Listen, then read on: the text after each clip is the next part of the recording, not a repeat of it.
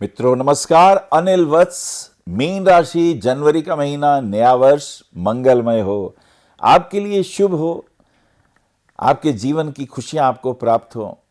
ये जीवन बड़ा रहस्यमय है, रोज जीना ही होता है। सच कहूं तो हर घंटे जीना होता है, और ईमानदारी से कहूं तो जितनी बार श्वास लेते हो और छोड़ते हो जीना होता है। और हर श्वास में हम पॉजिटिव रहें, हर श्वास में हम होश पूर्वक रहें, तो इससे बढ़कर जीवन जीने की और क्या कला हो सकती है।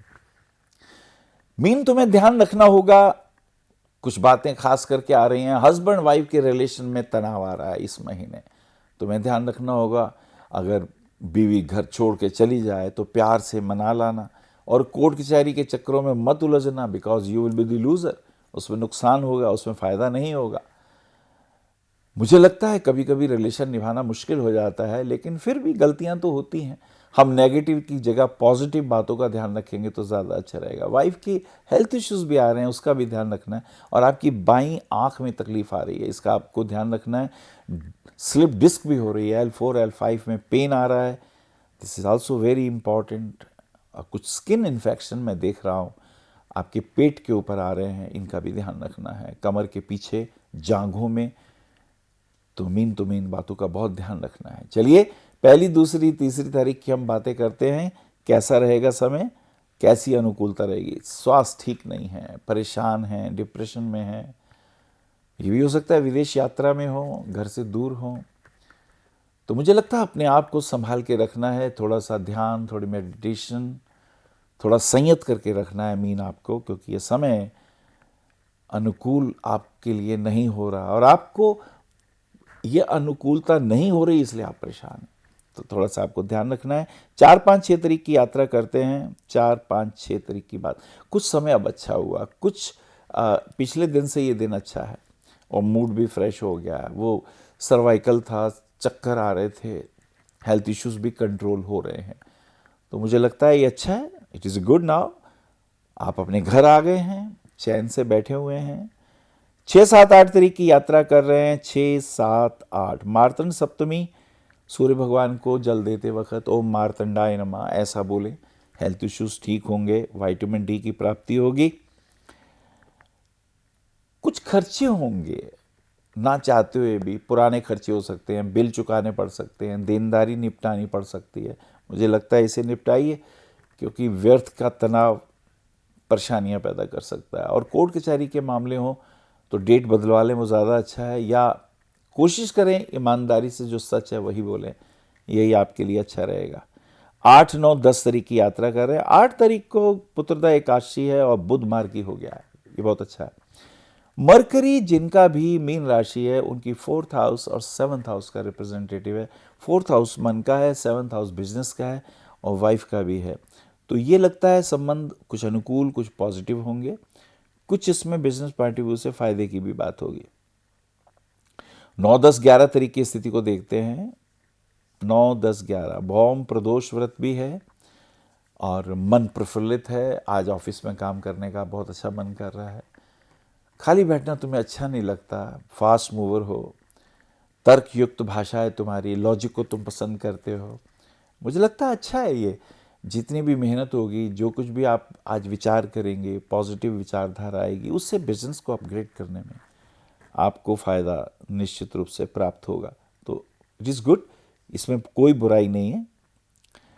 आगे चलते हैं। 11-12-13 तारीख की यात्रा कर रहे हैं। 11-12-13 तारीख की सत्यनारायण व्रत है। 11 तारीख को विष्णु के उपासक हैं तो व्रत रख के उनको नमन करें। ये बिजनेस में अपग्रेड करते हैं, और फाइनेंशियल व्यू से फ़ायदा होता है, और हेल्थ इश्यूज जो होते हैं वो भी ठीक होने लगते हैं। 12 तारीख को पौष पूर्णिमा, माघ का स्नान। जो लोग स्नान करते हैं वो एक बहुत बड़ा पॉइंट है कि अगर हृदय तक, यानी अनाहत चक्र तक यदि जल के अंदर हम रहकर कोई प्रार्थना करते हैं या सूर्य को जल देते हैं, तो वो प्रार्थनाएं स्वीकृत हो जाती हैं। एक तो हृदय चक्र है, हृदय से भाव से आप कोई प्रार्थना करें, और यदि दूसरों के लिए करते हैं तो वो बहुत जल्दी होती है। तो उस दिन ये एक विशेष, उस दिन कुछ दान भी किया जाता है। आगे 13-14-15 लोहड़ी पर्व है। लोहड़ी को जब जलती है तो उसकी 3 परिक्रमा कीजिए। कुछ ना कुछ मूंगफली वगैरह, गचक वगैरह उसमें डाल दीजिए, और वहाँ भी आप कोई प्रार्थना करते हैं परिवार के लिए, मित्र के लिए, तो वो पूरी होती है। दूसरों के लिए प्रार्थनाएं जल्दी पूरी हुआ करती हैं, तो ये बहुत अच्छा है। 14, 15, 16 तारीख की देखते हैं। सूर्य का मकर राशि में प्रवेश हो जाता है, मकर संक्रांति कहते हैं इसे। It is good. अब इसका मतलब ये है कि ये मकर राशि में प्रवेश हो गया, शुभता शुरू हो गई, दान पुण्य के रास्ते खुल गए। अब जब सूर्य मकर राशि में आ रहे हैं तो कुछ हेल्थ इश्यूज़ का ध्यान रखिएगा, और ख़ास करके कहीं कर्जा वर्जा लिया हुआ हो या कोई देनदारी हो तो उसे निपटाइएगा, अन्यथा उसमें परेशानी आ जाती है। 15, 16, 17 तारीख को देके चलते हैं। 15 को गणेश संकट चतुर्थी है, गणपति को प्रणाम करते हुए विघ्न विनाशक गणपति को प्रणाम करिए। 16 तारीख की स्थिति जो है वो अच्छी है। अभी पिछले 1-2 दिन ठीक नहीं गए, हेल्थ की प्रॉब्लम थी, लेकिन अब कुछ बेहतर है। अब वाइफ के साथ भी अंडरस्टैंडिंग थोड़ी पॉजिटिव हो जाएगी, वो जो डिफरेंसेस थे वो कम हो जाएंगे, और बिजनेस पॉइंट ऑफ व्यू से जो आपके कमीशन की बातें परेशानी की हो रही थी वो ठीक हो जाएंगी, उसमें आपको फ़ायदे होंगे। तो ये एक बहुत अच्छा योग बन जाएगा। 19, 20, 21 की बात करते हैं। 19, 20, 21 विवेकानंद जयंती, उन्होंने प्रणाम करते हुए। और प्रॉपर्टी में कहीं रुपए लगाने का योग हो तो भी रुक जाइए, उसमें नुकसान हो सकता है। पेपर में कहीं ना कहीं परेशानी होगी और वो बाद में रुपया फंस ना जाए, सो बी केयरफुल, ये अभी इन्वेस्टमेंट ना करिएगा। मंगल का मीन राशि में प्रवेश हो रहा है।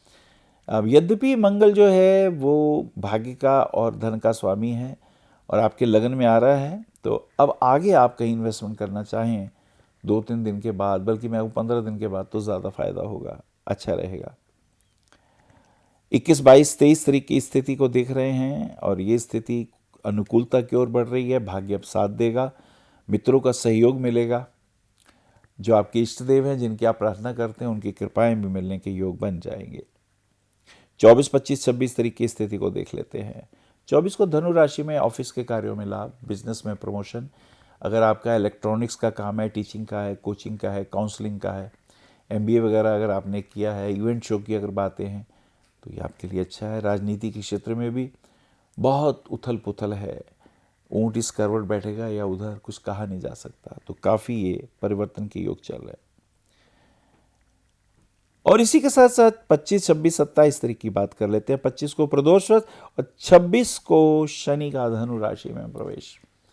Now this is very important. Saturn अब भाग्य स्थान से आपके कर्म क्षेत्र में दशम भाव में आ गया है, तो थोड़ी परेशानी होगी, थोड़ी बॉस के साथ वैचारिक छोटी छोटी बातों पे टेंशन आएंगी, काम में कोई अधूरापन आ जाएगा, सुनना पड़ेगा, वो आपको बुरा लगेगा, लेकिन you have to maintain it. अब आपको ध्यान रखना है, ये समय आपके लिए आने वाला समय 2-2.5 साल थोड़ी टेंशन के रहेंगे, तो इसमें आप अपने आप को ईमानदारी से काम करिए, तो ये तकलीफ़ें दूर हो जाती हैं। 27, 28, 29 तारीख की बात करते हैं। 27 को अमावस्या शुक्र का मीन राशि में प्रवेश हो जाता है।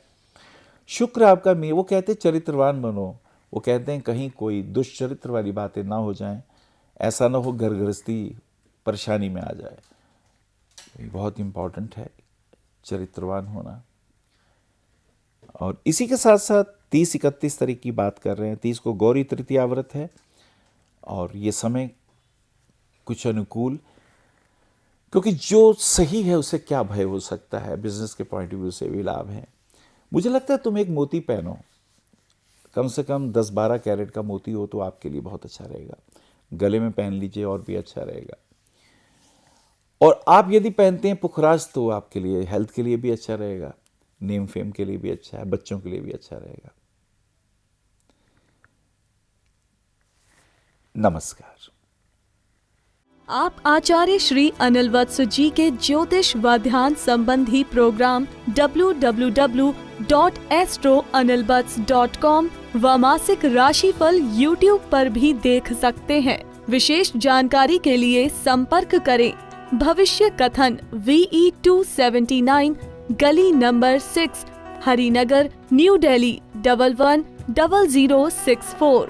हमारे फोन नंबर है 9891739999 और 9818189993 और 8860006030 और 9810888002 हमारी वेबसाइट है www.bhavishyakathan.org।